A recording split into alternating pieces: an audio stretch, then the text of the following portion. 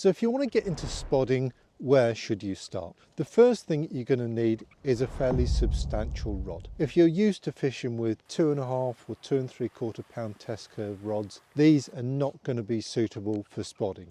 Even a 3 pound test curve rod is a little bit light. Now, if you've already got a 3.5 pound rod, then can you use that for spodding? Absolutely yes. I've been using a 10-foot 3.5 pound rod for my spodding work for the last 3 years, and it works great. It's enough for the work that I do.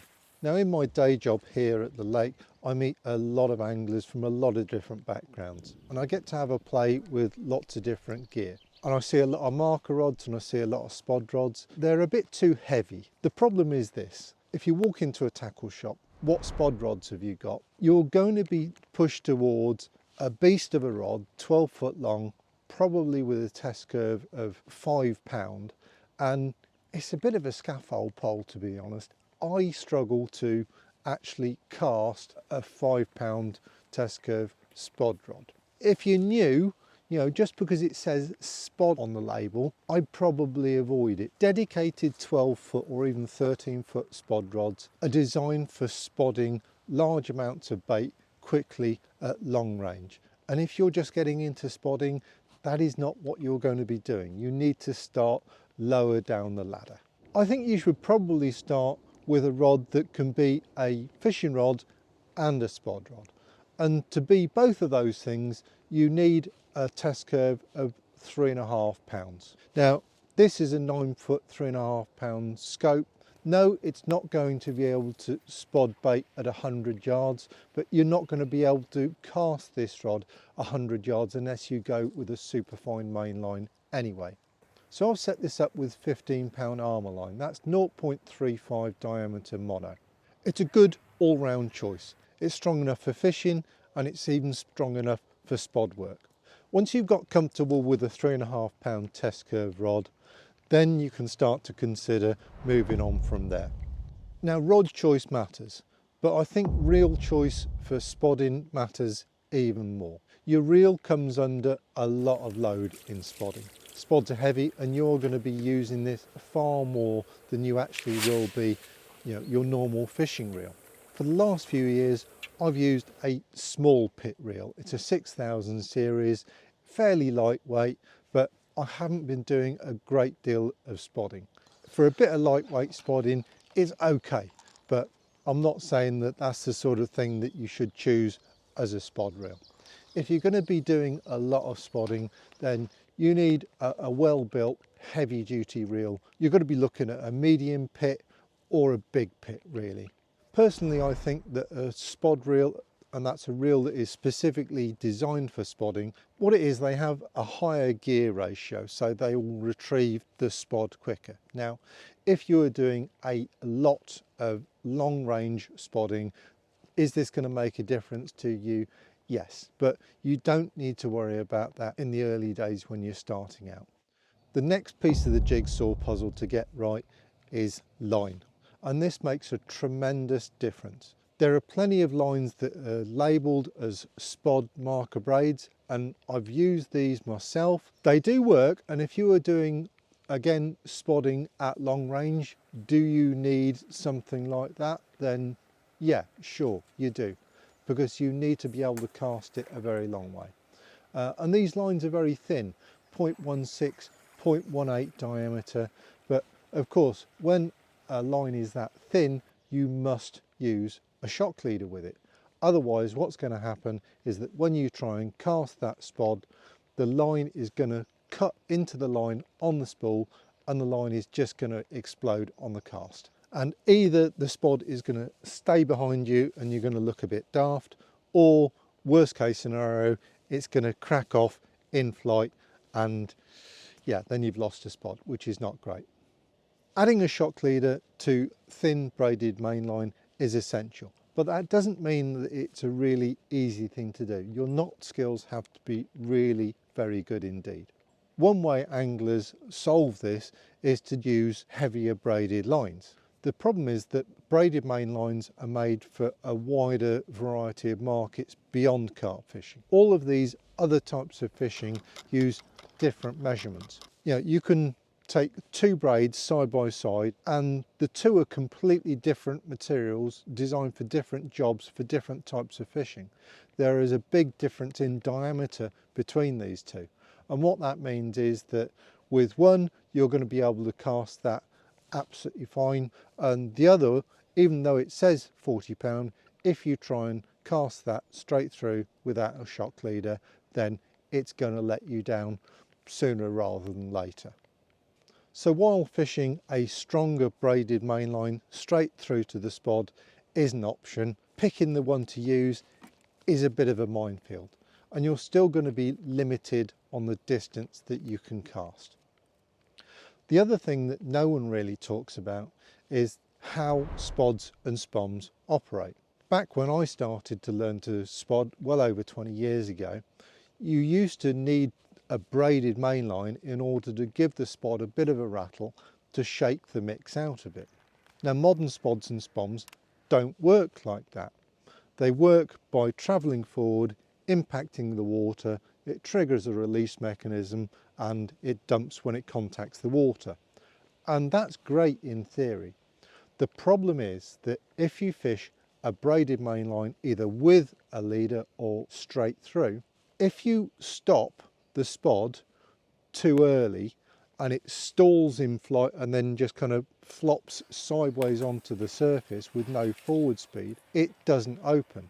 It's happened to me plenty of times with that setup. I've got a failure rate of 2 to 3 spods failing to open for every 10 that I make. So I've got to recast 2 or 3 times for every 10. It's wasted effort, it's wasted time, and it's extra disturbance that you don't need to be making.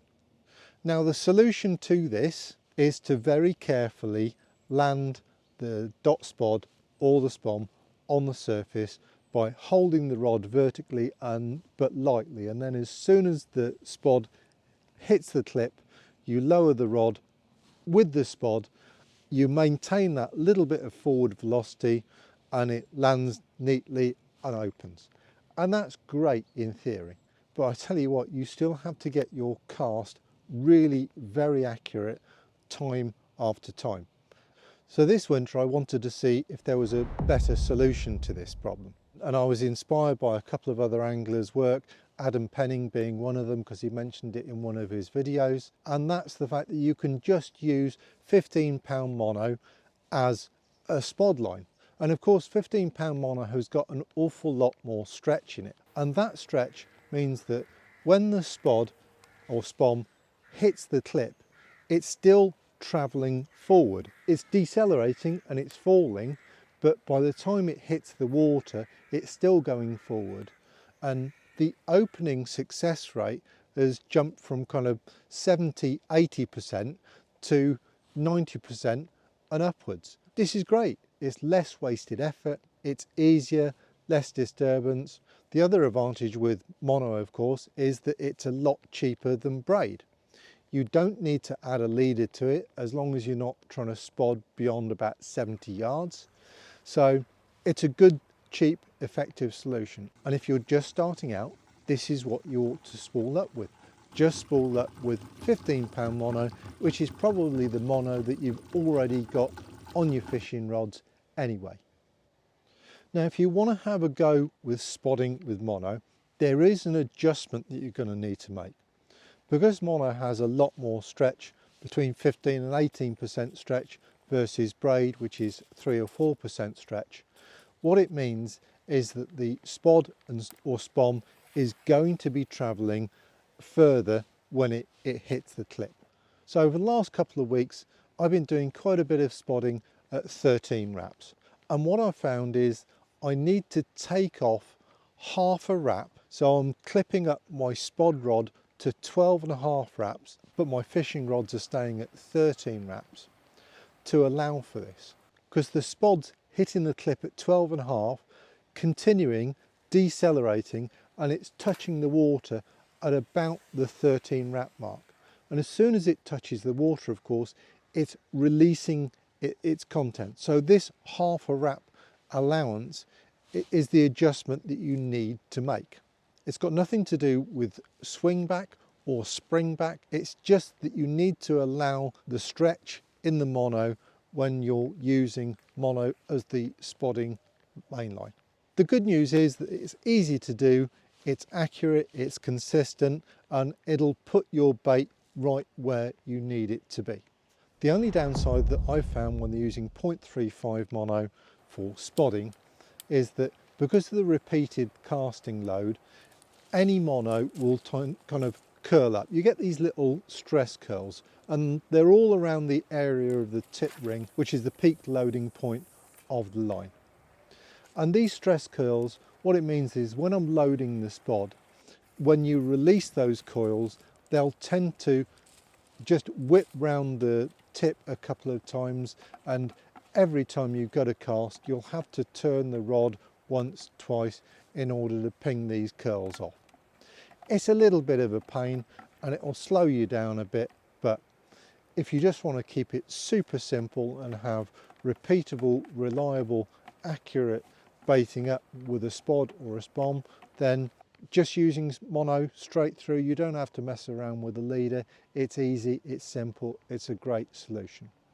But if you do want to take it that little bit further, what I've been experimenting with is adding 1.7, 1.8 meters of thick braided leader. I'm using some 0.35 highline, which is just leftovers from one of my river carping rods, and I'm using that braided leader to take most of the casting load, so I eliminate that curl that's happening in the end of the main line. Normally when you add a leader you would have 3 or 4 wraps at least round the spool.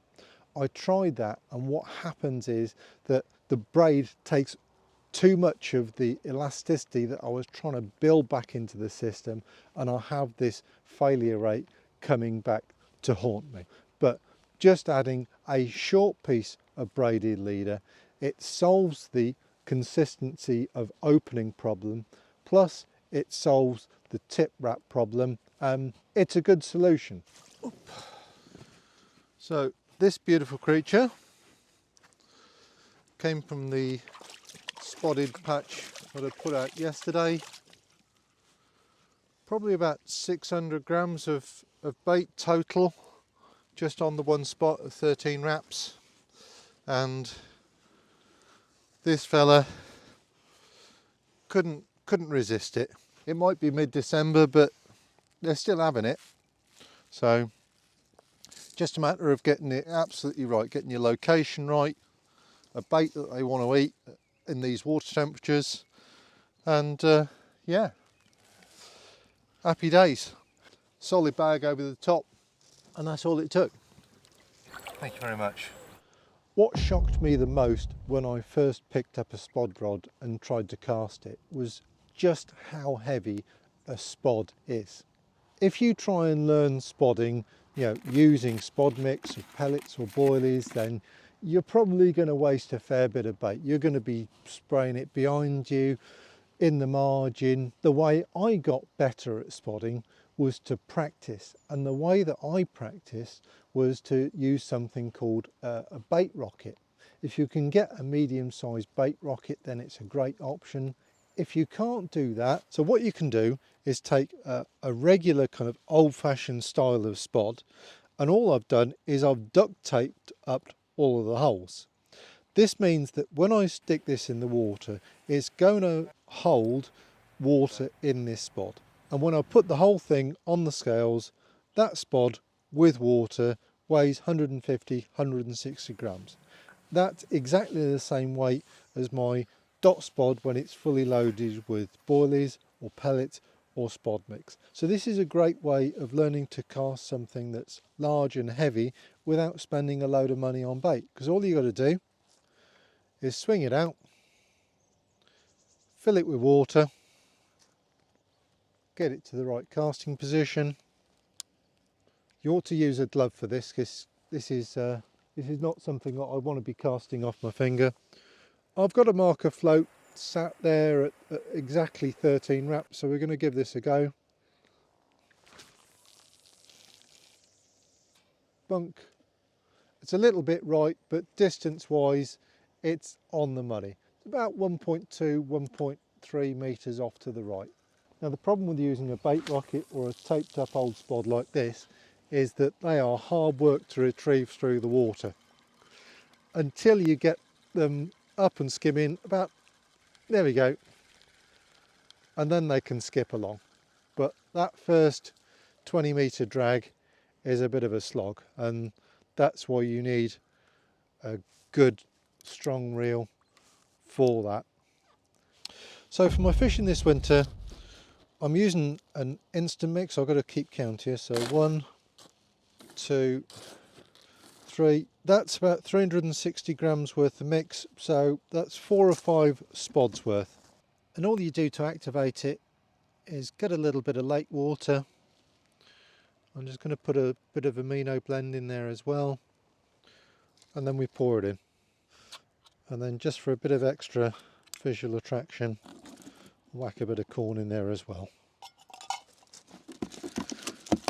So you can use anything you want in spodding really. You can use all boilies, all pellets, or a mix of everything. This mix has already got just a little bit of everything in it. What I really like about it is that you just don't have to worry about it. So you've got all sorts in this mix. You've got boilie, you've got big pellets, you've got large pellets, you've got some flakes of maize already in there. It's perfect for the winter fishing that I'm doing. It's good all year round, but this is why I'm specifically using it, because it's a low protein mix. There's no fish meals, there's no heavy oils, super digestible, super soluble, and it's a perfect match for the solid PVA bags that I'm fishing.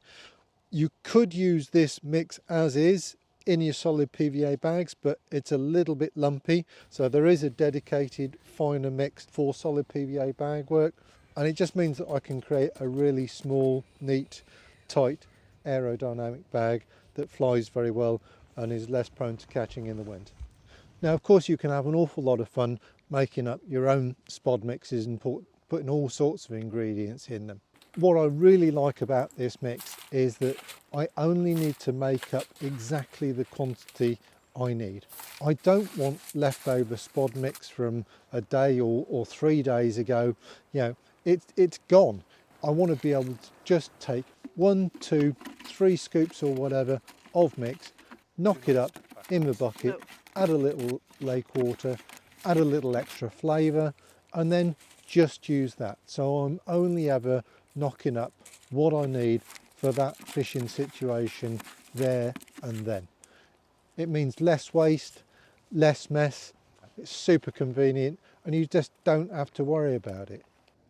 The way I'm casting this setup with mono and a braided leader is exactly the way I would cast a normal fishing rod. So I'm just going to leave the rod set at 45 degrees and I'm going to let the mono do the magic for me and get this spod to open.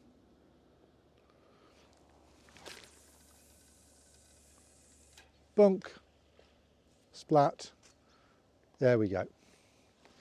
And I can tell it's opened because it's skimming back across the surface. Yeah, lovely. Now, if this was a pure braided setup, this is the way I'd have to cast it. So I'm going to cast normally, then I'm going to raise the rod and I'm going to cushion the impact of the spod.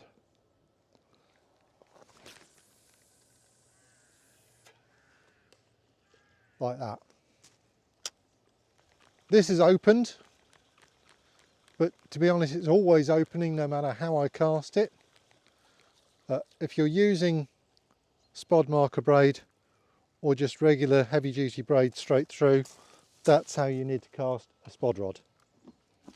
Otherwise you run the risk of the spod not opening. If you want to quickly and easily control the size of the spread of your bait, I was casting here. If I walk back another, well, 1.5 meters, if my cast is the same, then I'm going to bring the bait a little bit shorter. So this is how I can control the front to back spread on a baited spot. Now I'm not worried that when I hit the clip, the spod actually races back towards the marker because the bait has been dumped when it hit the water.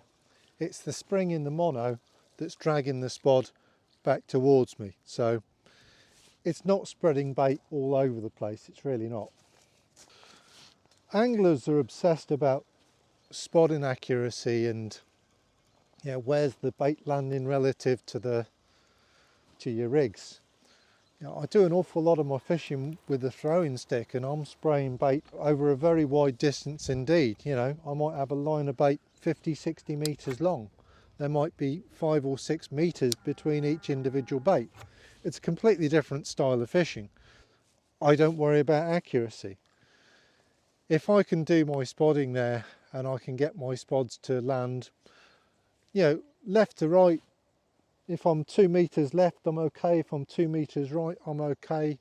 And if I'm within a couple of metres front to back, then 12 square metres, it's good enough. It's the same footprint as, as a large modern bivvy. The carp are used to searching out food. When you're doing spodding with a mix like this, you're encouraging the fish to come in, browse, pick up a little, move off, come back, pick up a little more. And if you've got a couple of PVA bags out in that zone, then you stand a very good chance of getting a pickup.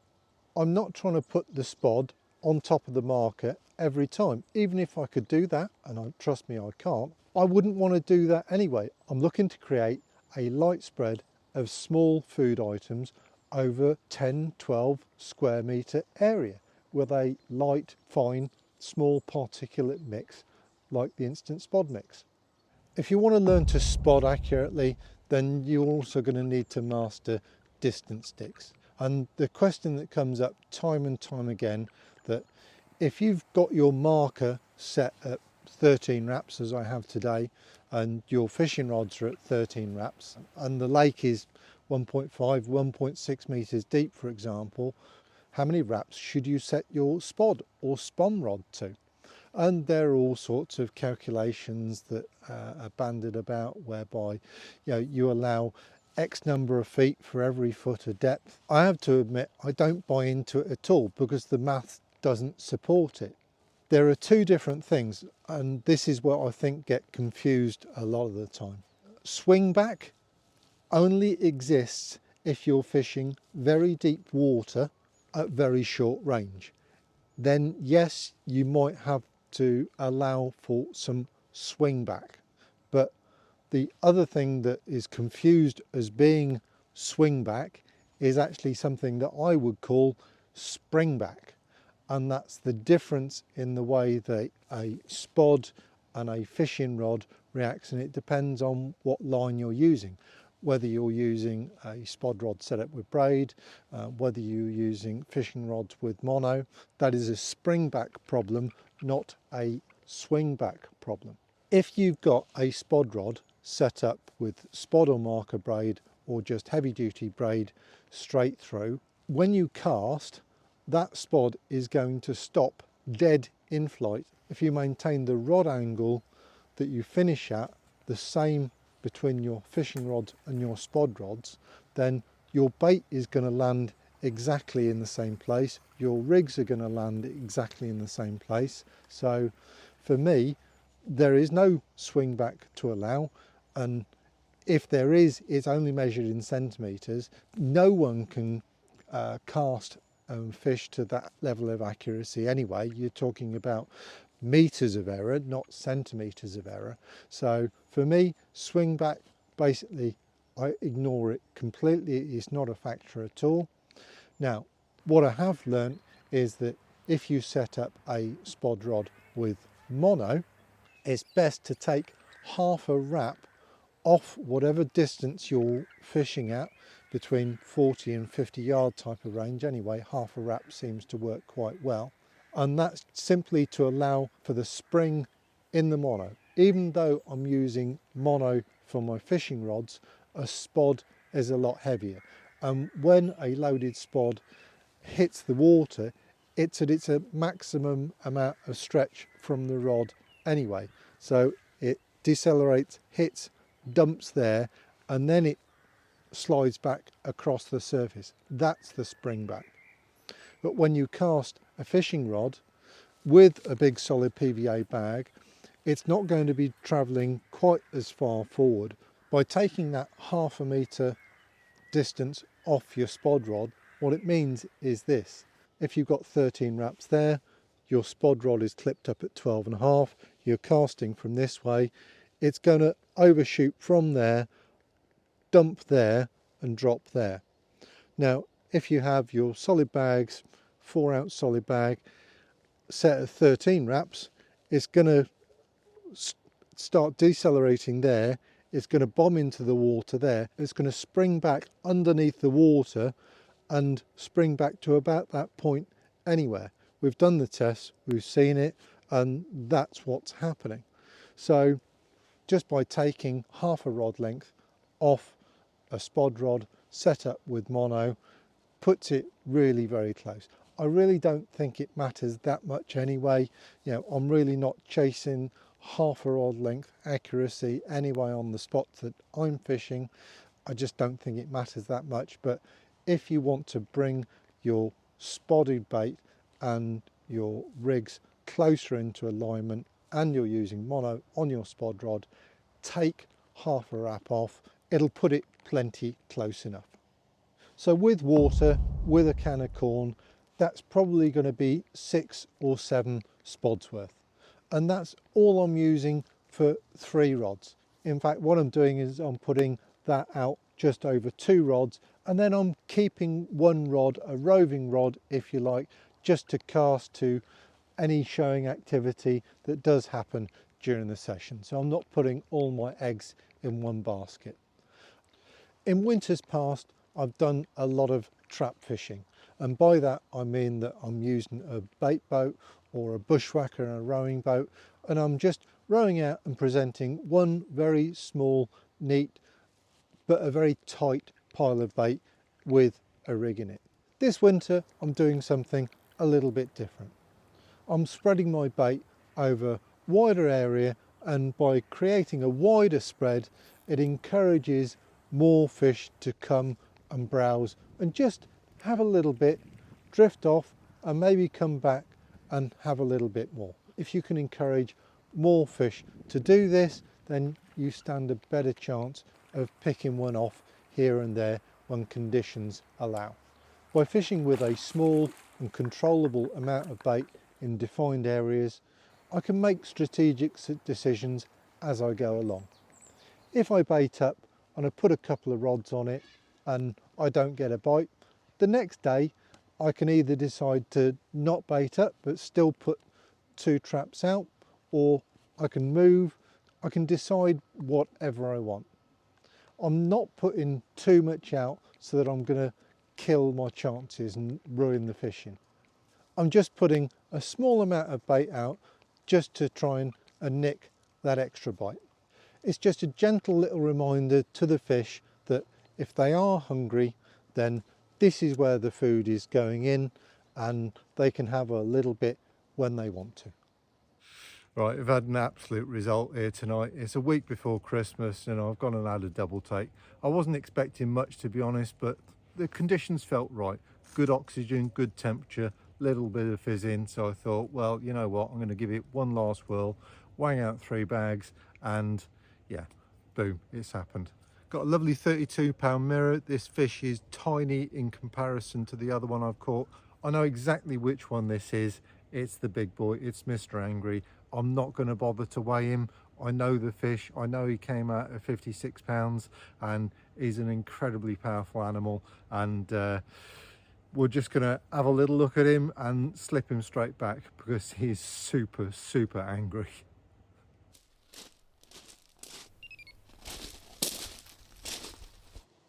So have you ever cracked off when using 25-pound spod braid? Maybe you've been lucky, maybe it's not happened to you, maybe it's happened more than once. So why does this keep on happening? I mean, 25 pounds sounds strong, right? A loaded spod only weighs about 160 grams. Surely that's going to be enough. The problem isn't the breaking strain. The problem is the diameter. Spod braid is extremely thin, and even at medium range, you shouldn't use it without a shock leader. This is where it gets confusing. You see, a 30-pound leader is actually much thicker than 25-pound spod braid.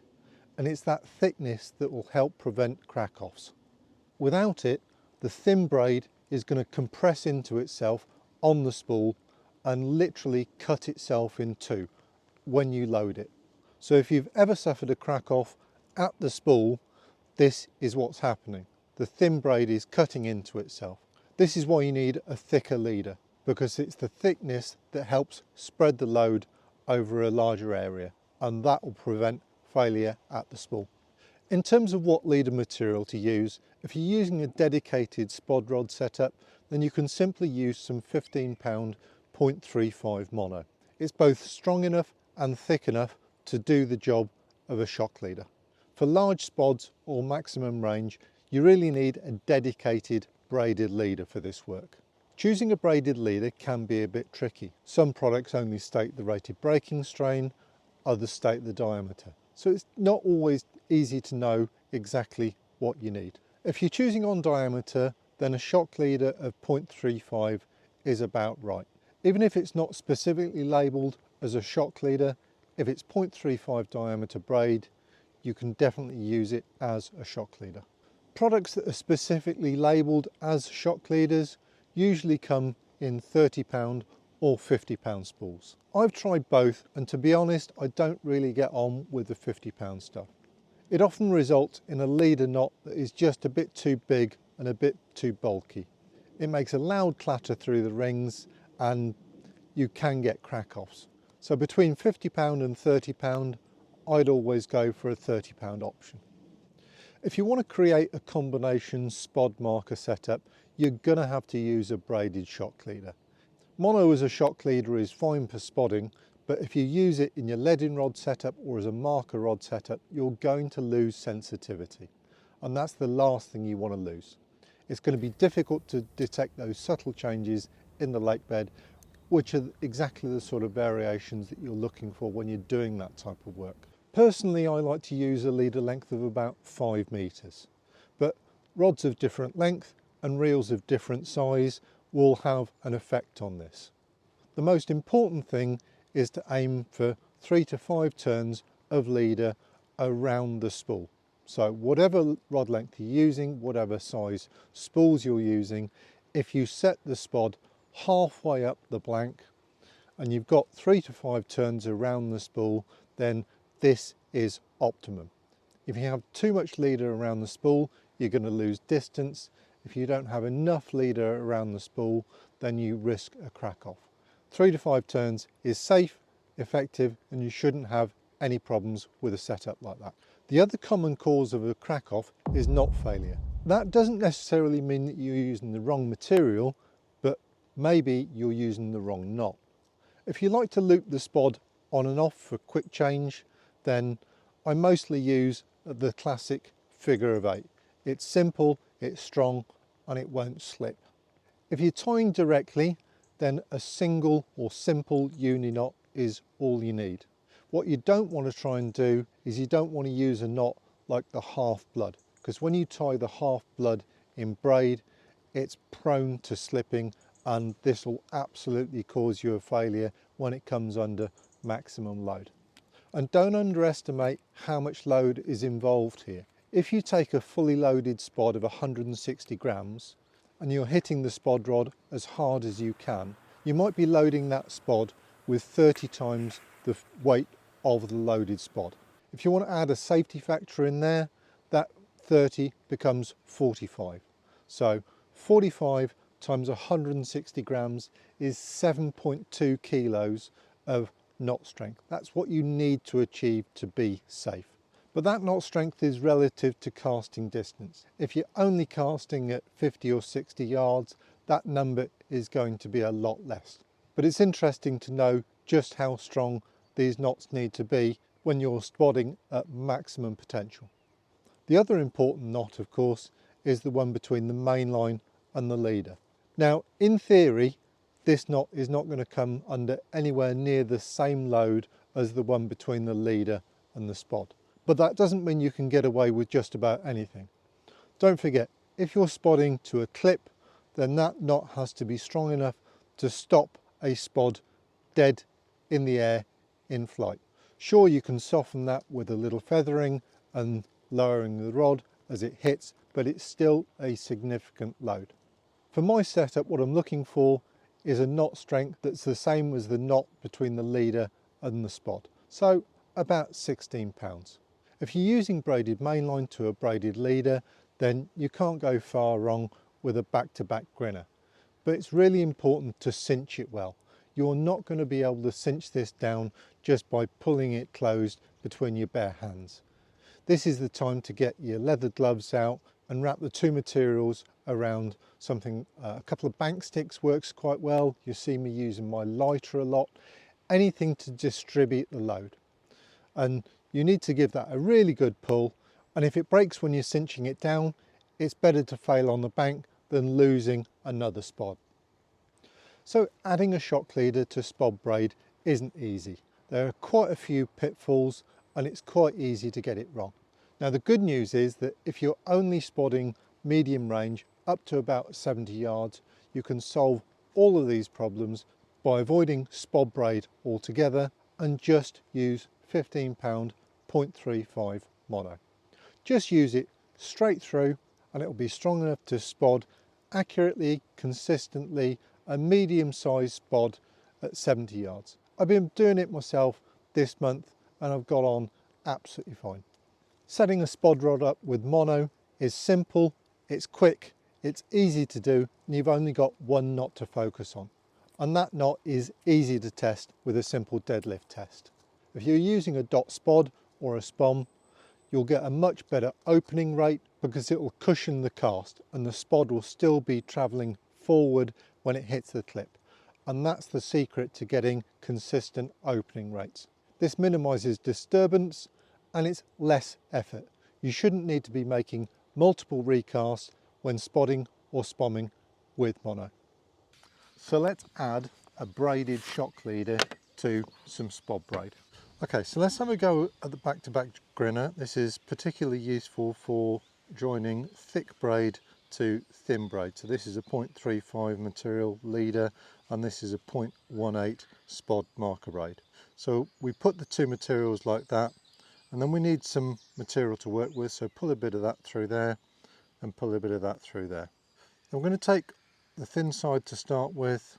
We're going to make a loop, or form the six as it's sometimes called, upside down there, and then we're going to whip through both materials. 1, 2, 3, 4, 5, 6. I'm going to go 7 on the thin side.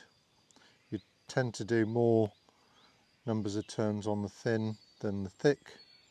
Now I'm going to turn it round.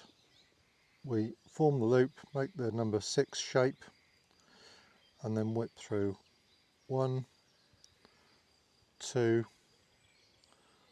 3,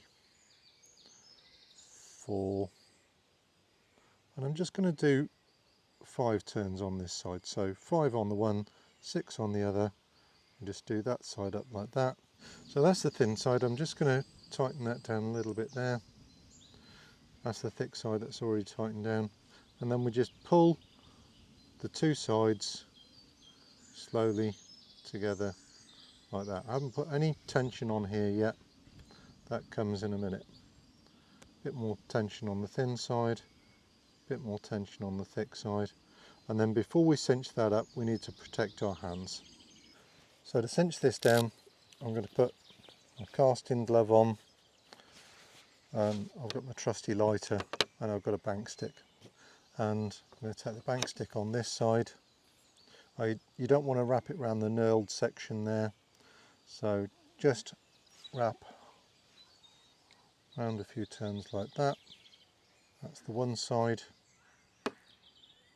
Wrap a few turns around that side as well.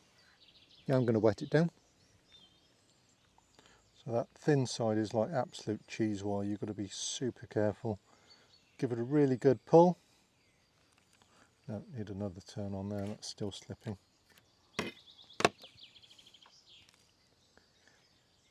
So when I was cinching that down, I was talking about putting another turn on there. I had to put another wrap around this lighter. Even though this has got a grippy surface on, 4 wraps just wasn't enough to get the sort of tension on it that I needed, so that wasn't enough, so I went around once and then twice, and that helped grip the line better, because it's no good cinching it up if it's slipping on you. If it's slipping, it's just not getting tighter. So now that's fully cinched, we can chop that tag end off. Need to get a new pair of scissors. There we go, that's gone. And ditto for the other side. If you don't cinch that knot down and cut the tag ends off too early, it will pull apart. If you don't cinch it down and leave the tag ends long, it will still slip and fail. It's absolutely paramount that that knot is fully cinched, because it's only when it's cinched is it a strong knot. But as is, super neat, super strong knot.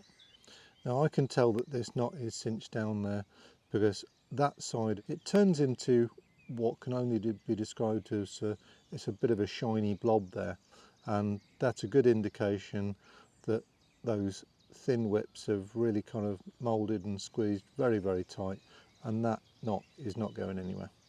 So that's how you tie the back-to-back grinner, and it's the perfect knot for adding braided leader to spod braid. So let's add a 0.35 braided leader to some 0.35 mono. I'm going to tie the Albright knot. So to start with, we're going to fold the mono in two, just along itself like that. Then we're going to take the braided side, again pull it a little bit through, and we're going to start whipping around this. We're going to do 1, 2, 3, 4, 5, 6, 7, 8, 9, 10. We pinch it there, and we'll go back and do 10 the same on the other side. 1, 2, 3, 4, 5, 6, 7, 8, 9, 10. The essential thing to do when we're doing the Albright is you must exit this the same way as that exits there. So it's no good going that way with that one. We have to go that way. So when I pull that through there like that, we can see that those two materials are exiting parallel to one another like that. Then we give ourselves a little bit of space to work with, and then just start to pull this up. And with a bit of luck, it's going to cinch down just nicely. Right, starting to grip there, so I'm going to have to wet this up. So we need to use a couple of pullers. I'm going to use my lighter on this side, and then use a bank stick on the other side. Re-wet it, and then we can start to put this knot under some pressure.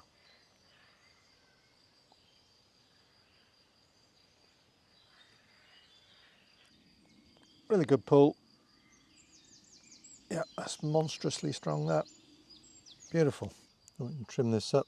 We're happy with the cinching. Dunk. So there we go. That's how we tie the Albright knot. It's a great knot for joining mono to braid. So we need to add a loop at the end of this braided leader so we can quickly attach a spod. So what I'm going to do is I'm going to fold it over. We're going to do 2 loops actually. We want a big loop and a small loop. So to make the big loop, we draw it back like that, and we're going to go, I'm actually going to do the surgeon's loop rather than the figure 8. It's similar kind of result, similar strength, it's just a little bit easier. You can call it the double overhand loop if you want. So we draw that up like that, and I'm happy with the length of that. And just pull that down, and at that point I'm just going to wet it. I'm just going to use the handle of my boilie needle to act as a puller there. A few wraps around my lighter. Cinch that down, that's nice. So we've got one big loop there, and that would be enough, but what I'm going to do is I'm going to add a little tag end to make quick on and off of a spod even easier. Just going to do a smaller loop, and again I'm going to do the double overhand loop or the surgeon's knot. So twice round. This loop only has to be small.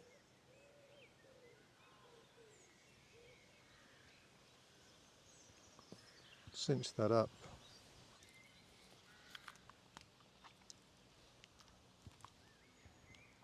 Pull those two down. Nice. Trim the tag end. Don't have to be really very, doesn't have to be very tight, this one. You can just take the small loop there, pass that through, open up the big loop, pass the whole of the spod or the spomb through like that. You cast it from there on that position there. You've got a swivel at the end there to take out some of the twist, and then when you want to change it, all you do is pull on that and it opens up the loop, and you can easily remove the spomb. With the dot spod you can just attach this loop to there, and although it does rotate, it's nowhere near as freely rotating as a swivel. So one of the problems is that can spin, and when that spins, that's going to put a lot of twist in your braid. Or if you're doing it with mono, it's going to put a lot of twist into your mono. So a solution to that is to use a large quick link clip. I just nicked this particular one off an air spod that I've got. Then we simply loop to loop onto the swivel like that. So if you want to add a loop at the end of your braided leader, here's what you can do. You can do the surgeon's loop, or you can tie the figure of 8. Both quite similar. So to do the figure of 8, we take that round there like that, and then all we do is go round once, and then you can either twist that or just whip it round again. So I've just done that, so we go through there like that, and that gives the classic figure of 8 knot like that. Pull that down, wet it, pull it tight. And then to make a small knot at the end, to make a quick release system, again we can just do exactly the same thing. So we go once round like that. I'll do it the other way this time. Go round again, and then pass back through like that. That's the figure of 8. A little bit smaller. There we go. Give us a few wraps. Wet that, and there you go. So it doesn't matter whether you're doing a figure of 8 or a surgeon's loop. There's two easy ways of adding loop knots to do quick on and off of a spod. You can do exactly the same quick link connection, loop to loop connection for a leading rod as well.